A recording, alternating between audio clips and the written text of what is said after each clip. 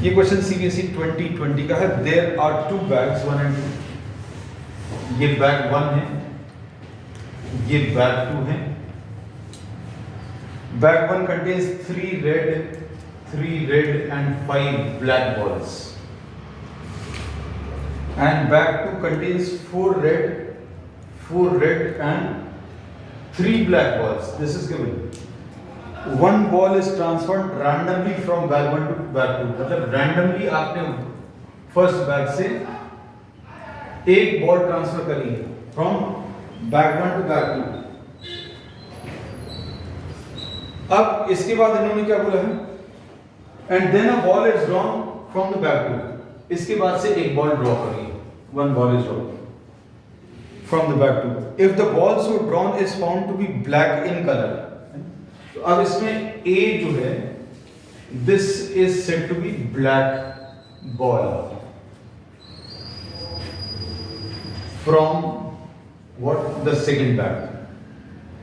It is found to be, if the ball so drawn is found to be black in color, then find the probability that the transferred ball is also black. अब इसमें हम लोगों ने बोला कि यहां से black ball transfer हुई है, इसकी प्रोबेबिलिटी निकालनी है, जिसकी अब जैसे दो कंडीशन हम लोग ऐसा बोलते हैं कि बेस थ्योरम में आखिरी लाइन में हम लोगों को हिंट मिलती है प्रॉब्लम को कैसे सॉल्व करना। आखिरी लाइन में क्या बोला, find the probability that the transferred ball is black. तो इवन अभी हम लोग इसको लिख दे रहे हैं, transferred ball is black। कौन सी ट्रांसफर्ड बॉल, ये बॉल ट्रांसफर जो अभी हम कर रहे हैं वो किस कलर की है, कहने लगे ब्लैक कलर की है।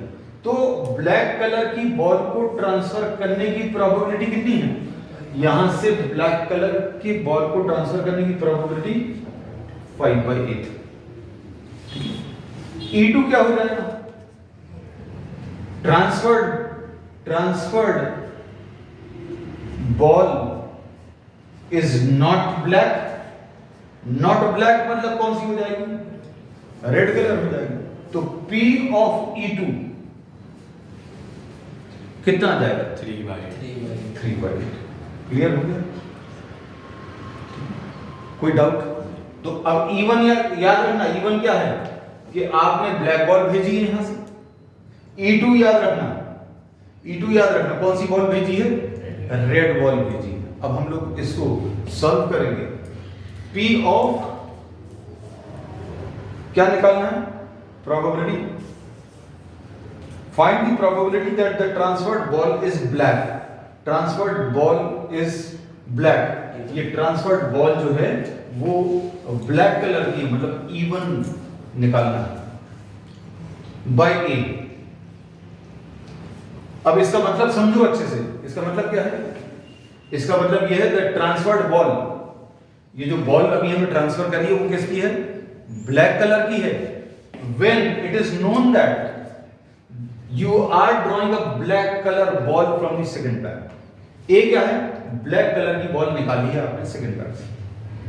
अब जब इधर से ब्लैक बॉल ट्रांसफर हो गई तो इसमें से ब्लैक निकालने की प्रोबेबिलिटी कितनी आएगी, ये निकालना। तो ये कैसे मिलेगा, ये P of E1 into P of A/E1 upon P of E1 into P of A/E1। ये लो, अब P of E2 into P of A/E2।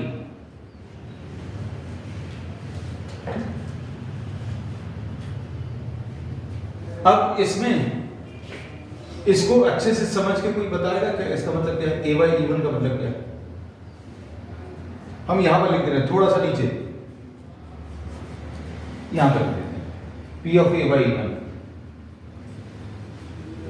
इसका मतलब क्या है, आपने सेकंड बैग में से कौन सी बॉल निकाली है, ब्लैक। किस कंडीशन के साथ, कि पहले बैग से भी ब्लैक बॉल ट्रांसफर हुई। तो ये A/E1 कितना आएगा, जब यहां से ब्लैक ही ट्रांसफर हुई है, ब्लैक ही ट्रांसफर हुई है, तो ब्लैक निकालने के चांसेस 4/8 आएंगे। समझ में आया? अच्छा सा क्वेश्चन है। P of A by E2 का मतलब क्या है? अब इसका मतलब बताओ अच्छे से। What is P of A by E2? P of A by E2, इसका मतलब क्या है? ब्लैक बॉल निकालने की प्रोबेबिलिटी इसमें से जब E2 हुआ है, E2 हुआ है मतलब यहां से आपने रेड, यहां से रेड भेज दी है, तब यहां से ब्लैक निकालनी है। तो इसका मतलब है drawing black from second when red is transferred from first.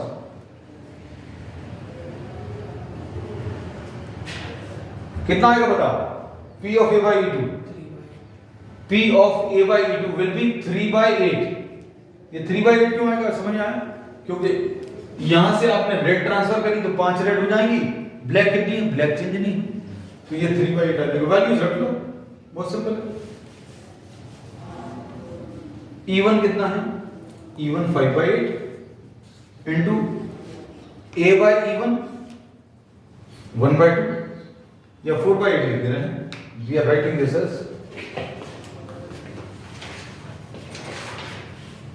A by E1 4/8 upon 5/8 into 4/8 plus P of E2 is 3/8 into A by E2 is 3/8। ये देखो, ये 64 पूरे में से कॉमन निकालकर कैंसिल कर देंगे। न्यूमरेटर में भी नीचे 64 है, डिनोमिनेटर में भी नीचे 64 है, ऊपर क्या आ जाएगा 20 एंड 20 + 9 यानी 20/29 आंसर।